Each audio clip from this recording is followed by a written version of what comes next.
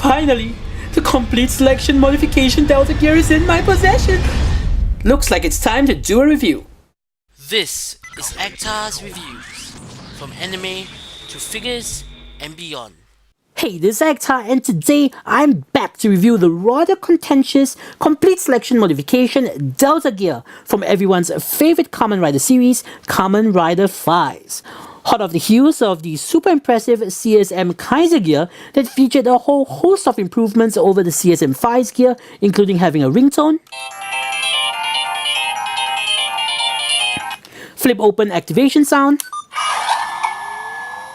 BGM function,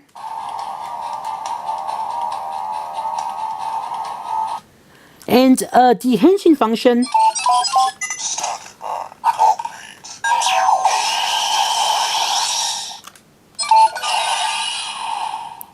among many others. Let's also not forget about the phenomenal but slightly less than 1/1 scale Kaiser Blade Gun with fully functional cocking mechanism, holographic projection function, and detachable blade. With how amazing the CSM Kaiser gear was, I didn't really see a need to review it, as the toy kinda speaks for itself. The CSM Delta gear, however, is kind of a different story. First off, the CSM Delta gear didn't really make a good first impression when it was announced. For those who missed it, it was actually announced after an April Fool's prank on Bandai's part, where they teased a CSM Auto Vagin for the totally believable price of 555 million yen. Well, I thought it was hilarious, but there were some high-profile Japanese reviewers who were less than amused, as they thought that this took the place of an actual CSM announcement. Understandably, their enthusiasm levels were way down when the Delta gear was actually announced the day after. Bandai was trying to be cute by announcing the Delta gear on the 2nd of April, which is also the 33rd of March. Get it? 333? Yeah. Regardless, reviewers were not expecting something Faiz related so soon, with most actually pining for Agito's Outer Ring, Kiva's Kivet Belt, or Garen's Garen Rouser. With all of this backlash and disappointment, you'd think that Delta wasn't even that popular of a character. On the contrary, you'd be surprised to find out that the Delta gear actually emerged number 1 in Bandai's last year's Twitter poll for which belt fans wanted a CSM version of. Looking back, it's pretty clear that Delta was a shoo-in, as not only is Faiz popular, the belts always came in threes.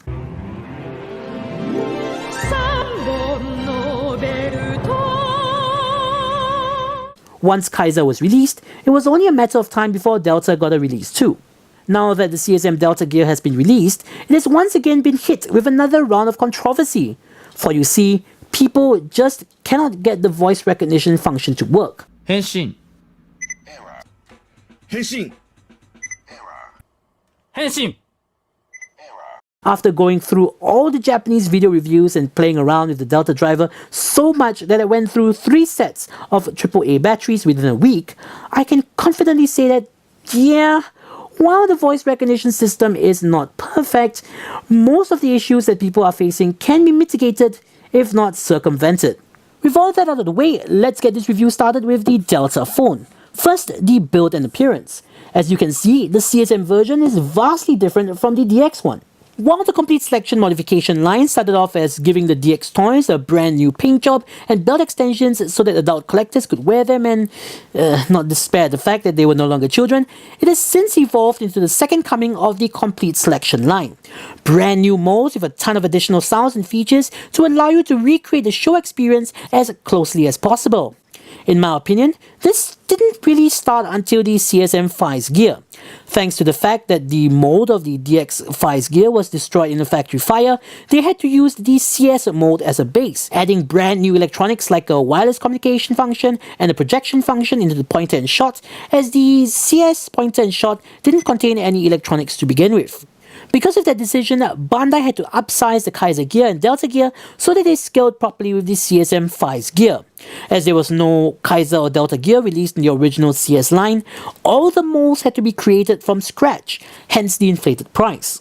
With all that said and done, the CSM version is significantly larger, and the proportions are completely different.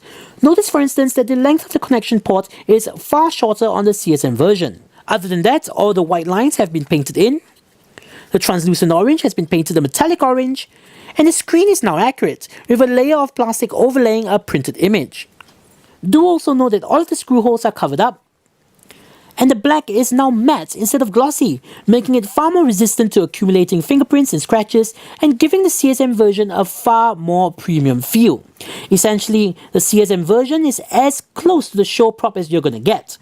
However, I would be remiss if I did not mention the fact that there were two different props of the Delta gear used in the show. One that the suit actors used and one that was stored in the Delta gear box. The prop that was used with the Delta gear box is actually sized and shaped exactly like the DX version. Moving on, the mover and belt are different too, though the changes are less drastic. For the mover, it's been given a size increase and better paint. The camera buttons are now rubber and pressable, though they don't do anything, which I think is a slight missed opportunity. More importantly, the connection pack has been rotated 90 degrees to allow for more accurate attachment/detachment. In terms of features, it does now take two AAA batteries thanks to a brand new protection feature a la the Fires and Kaiser pointers, but more on that later. Similarly, the belt is also larger and it has been given a fully painted, screen-accurate plastic belt strap with adjustable nylon straps within, like all the other CSM releases after Double. Once again, like the CSM Fires and Kaiser drivers, it takes two AAA batteries to power the wirelessly activated LEDs. Lastly, the mission memory is not only upsized, but it's also fully painted and is made out of die-cast. And now we get to the exciting part, the electronics.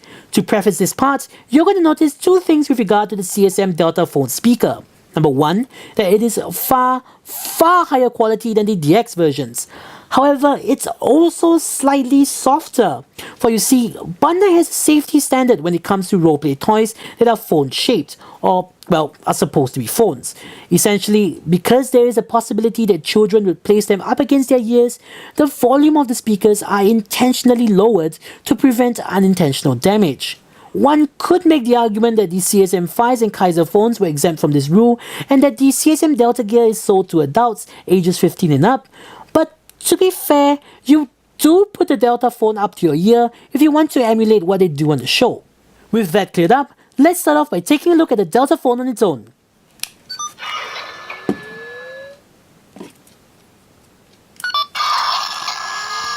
For the DX version, all you could do is activate connectioning in phone mode.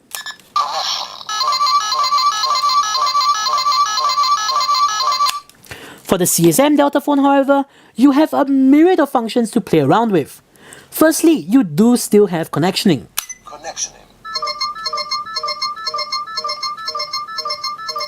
But in addition to that, we also have a ringtone. As unphone-like as this looks, this is indeed the Delta phone, and they actually included an original ringtone that wasn't even used in the show. Honestly, this only makes the CSM 5's phone even more dated. To pick up the call, you press the voice button. For you see, just like with the previous releases, they have ingeniously incorporated new buttons into the existing design and sculpt, increasing the functionality of the toy while making any additions as non-obtrusive as possible. As mentioned, the button on the right is the voice button, while the button on the left is the BGM button. You have 5 different songs included on here that you may or may not recognize from the show.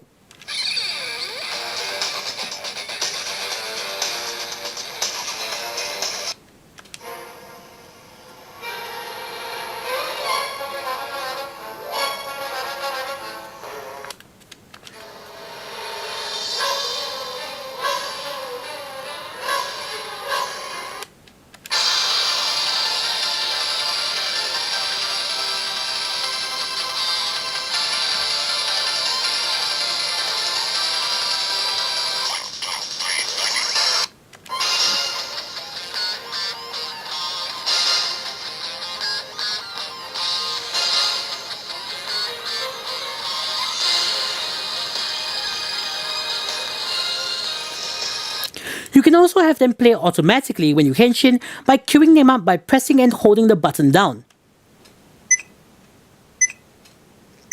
the number of beeps corresponding to the song of your choice. As for the voice button, they actually managed to bring back not one, but two actors from the show who used the Delta Gear to re-record a ton of lines. First off, we have Mihara, the de facto user of the Delta Gear.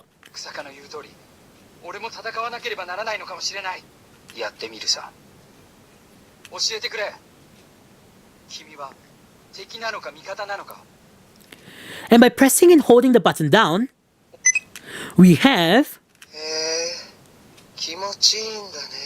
Kitazaki, also known as the Dragon Orphanok.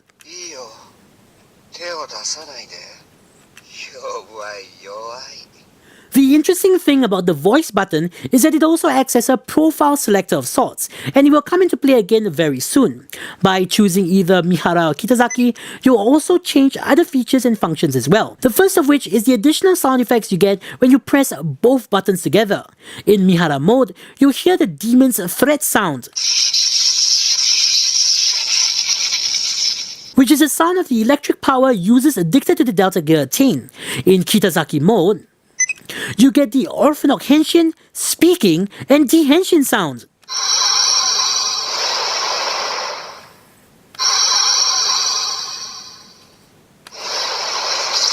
The CSM Delta Gear not only allows you to roleplay as Kamen Rider Delta, but an Orphanok as well. They didn't need to include that, but they did. Now then, for those who don't know, the Delta Driver is one of the only, if not the only, voice-activated henshin device in Kamen Rider history. And I love that. In fact, that is why the Delta Driver is one of my all-time favorite henshin devices alongside the Sasot Actar. But that's another story for another time. Just think about it for 1 second. What do all the Kamen Riders except Hibiki have in common? No, not that. That. Henshin! Henshin! Henshin! Henshin! Henshin! Henshin! Henshin! Henshin! Henshin! Henshin! Henshin! Henshin! Henshin! Henshin! Henshin! The fact that they say henshin when they transform. Why on earth do they need to do that? Would it kill them to not speak before the transformation? Hibiki seems to do just fine without needing to say henshin. With the Delta Gear, however, there is a reason. Being voice activated, it's the command that's required to initiate the henshin process. Standing by. Complete. Absolutely brilliant. The characters actually have a diegetic reason to say henshin in the show. However, with early 2000s toy technology, a fully realized voice activation system was just not going to be feasible. Or possible for that matter. I mean, we are talking about a DX mass market retail children's toy. So instead, they did the next best thing. Use a vibration sensor. By screaming into the speaker, you'd initiate the next action in the sequence. The downside is that you had to scream rather loudly and it couldn't actually differentiate what you were saying. So no 3821. You could simply tap on the speaker and that would trigger it. The upside was that it was pretty clever and it got the job done. Because of how the Delta Gear was designed, it didn't need to differentiate between commands, as no matter what you were doing, there was only one command that would work in that particular context. Let me demonstrate. In phone mode, you can only henshin.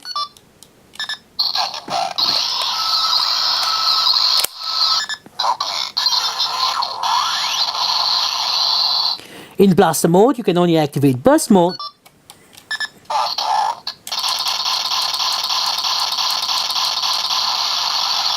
Once you're out of bullets, you can only charge. Finally, when the mission memory is inserted, you can only activate the XC charge.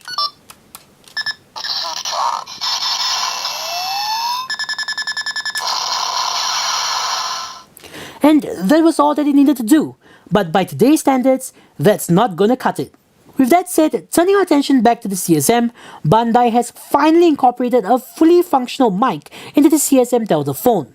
Yes, the CSM Delta phone actually requires you to say those specific commands in order to activate the various features and functions. Similar to the DX Delta phone, all you have to do is to hold the trigger down to put it in voice recognition mode. Unlike the DX phone, however, there is no beeping noise. Also, once a voice command is recognized, it will automatically acknowledge it without you having to release the trigger. This, I feel, makes the play experience far more authentic than having to manually release the trigger. If it doesn't recognize your inputted command, it's going to reward you with an error sound. For example, "Hey Siri," Error. or "Hey Google," Error. won't work.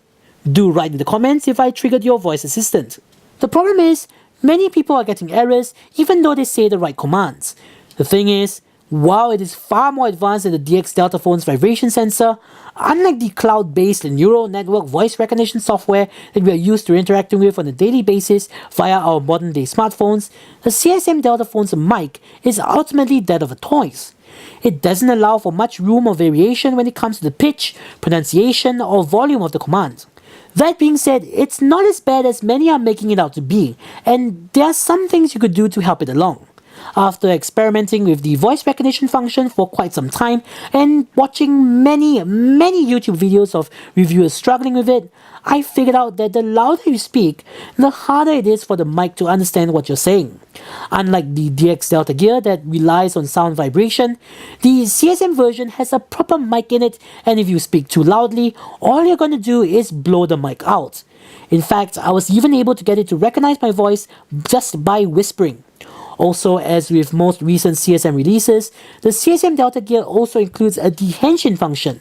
If you don't dehenshin first, you won't be able to henshin again, so do be careful. Just a quick reminder, separating the phone from the mover does not actually undo the henshin. You have to press both face buttons before you can henshin again.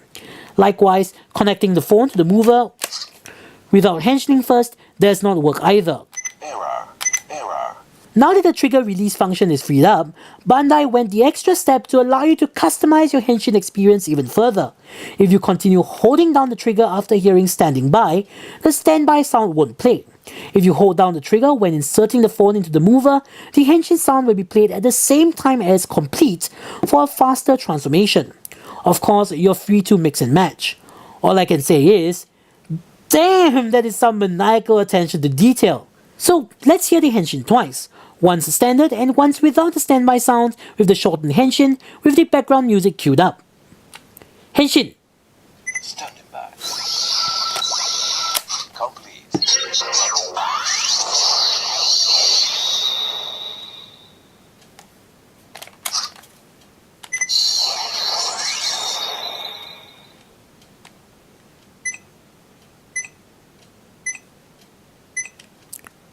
Henshin. Standing by. Complete.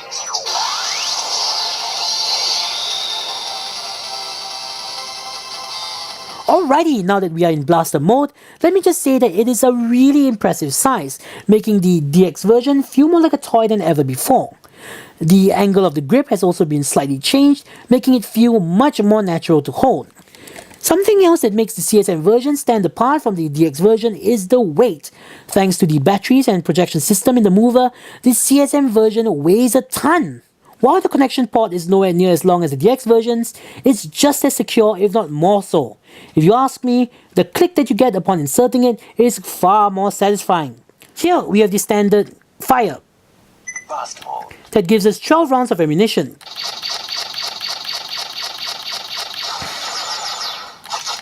And charge Charge. that reloads the blaster. Just like the DX version, you'll have to wait for the sounds to finish playing after pulling the trigger before it enters voice recognition mode, which is kinda unfortunate. Unlike the DX version, however, you don't have to wait for the blaster to run out of ammo and can recharge at any time. Charge. Charge. Next is of course the exceed charge. Putting the mission memory inside causes the barrel to extend, making the already impressively sized gun even larger. Ready. As mentioned before, the mover actually takes two AAA batteries as it has a protection function similar to the CSM Phys and Kaiser pointers. In another nice touch, Bandai has included two different types of final attacks, the standard kick, aka Lucifer's hammer, and the shooting only final attack that was used in episode 41. To choose the second attack, simply have the antenna raised before executing an attack. Let's take a look at both of them right now. Check. Exceed charge.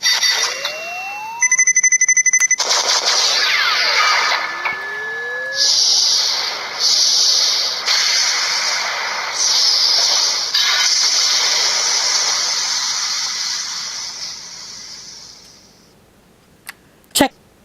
Exceed charge.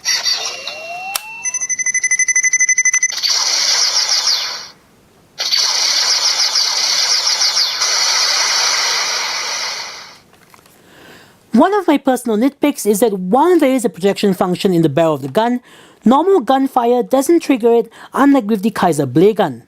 That might have been too difficult or battery intensive to implement with the wireless system, but it's something that I would have liked to have seen nonetheless. But that's not all the CSM Delta Gear has to offer. Remember how the voice recognition system can actually differentiate between commands now?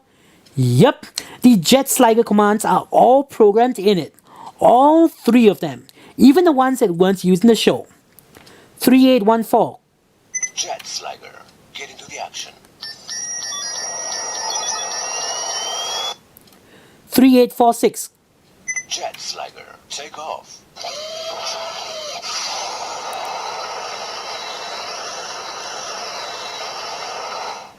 And the infamous 3821. But this one's a little bit special, because it actually puts you in control of the jet sliger.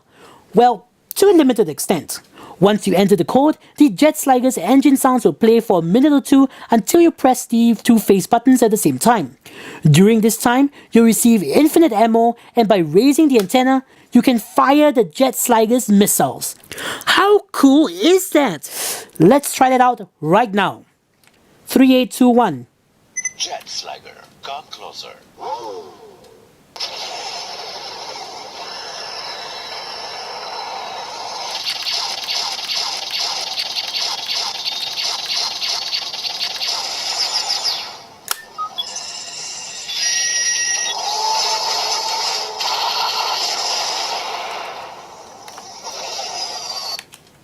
It would have been even cooler if they added a motion sensor that turned the phone into a joystick of some kind.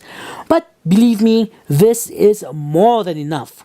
One nifty feature that not many know about is that the codes actually work in Japanese as well. 3814. Jet Sliger, get into the action. 3846. Jet Sliger, take off.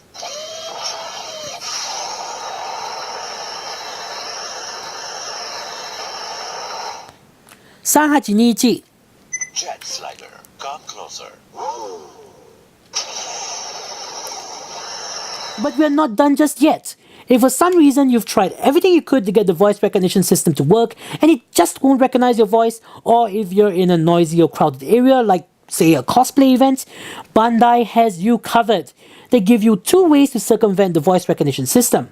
Firstly, the whatever goes mode that you can activate by holding down the voice button when turning it on.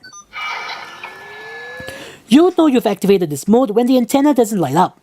This mode causes the CSM Delta phone to lose the ability to recognize specific inputs, essentially turning it into the DX Delta phone function-wise. It's kinda cheating and you do lose 3814 and 3846, but gain the ability to be as creative as you want with your inputs. Catput Draconis. Standing by. Complete.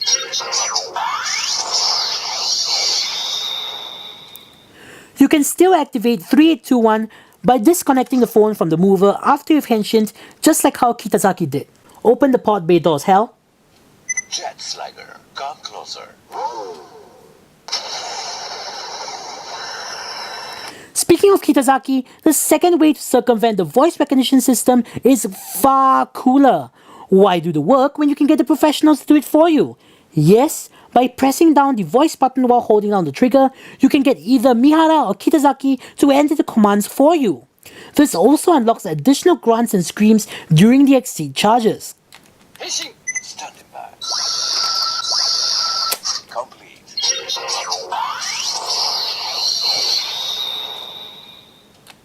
Hiya! Burst mode. Charge. Charge. Ready. Check. Exceed charge.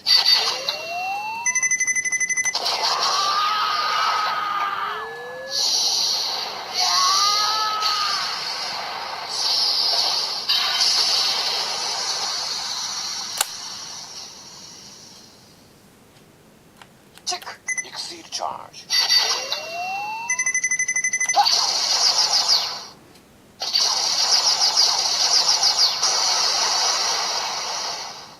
For 3, 2, 1, press and hold the voice button instead.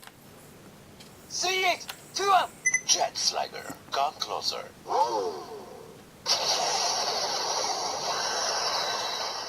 Henshin. Standing by. Complete.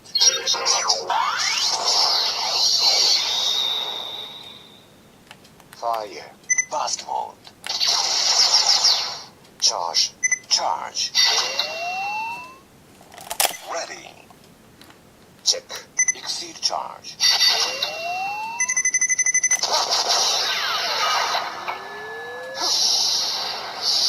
Up.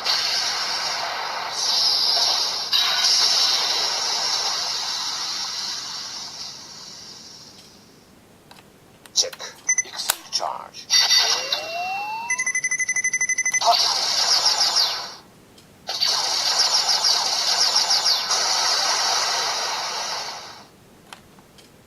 Three, 8, 2, 1.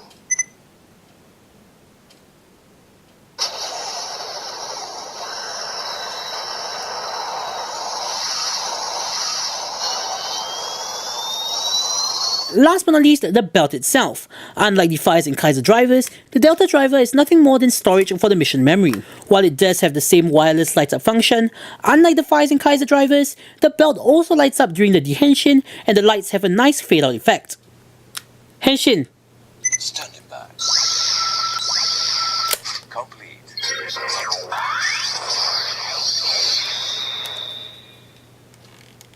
Ready. Check. Exceed charge.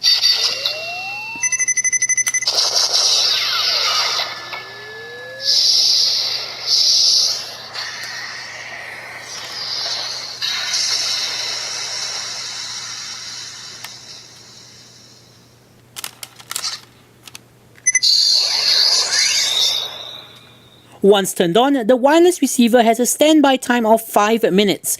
After that, you have to turn it off and on in order to reactivate the wireless feature. In conclusion, I love the CSM Delta gear. In my opinion, it is a splendid entry into the CSM line with further innovations and enhancements in terms of both technology and features. While the mic is somewhat iffy at times, I can't help but applaud Bandai for their efforts. Feature-wise, it's everything you could have hoped for and more. Not only can you recreate every scene imaginable from the show in excruciating detail, you can go beyond that with additional features like the ringtone and extra codes. Bandai maximized the functions with the minimalistic design by assigning multiple roles to all of the available buttons. One of the downsides, however, to having such a feature-rich product is that most of the time, people can't be bothered to read the instructions to understand how everything works. The fact that it took some reviewers days to realize why the standby sound wasn't playing or why they couldn't henshin more than once is frankly disheartening. Moral of the story? Read the instructions. And why wouldn't you? Especially when Bandai went out of their way to make the instructions show accurate as well. Barring that, hopefully this video has given you insight into all of the intricacies of the CSM Delta gear. If you're a fan of roleplay toys with unorthodox play patterns, or are a fan of Kamen Rider Fires and looking to complete the trio of belts, I highly suggest you give the CSM Delta gear a shot. So, this is Actar saying, see you guys in the next episode.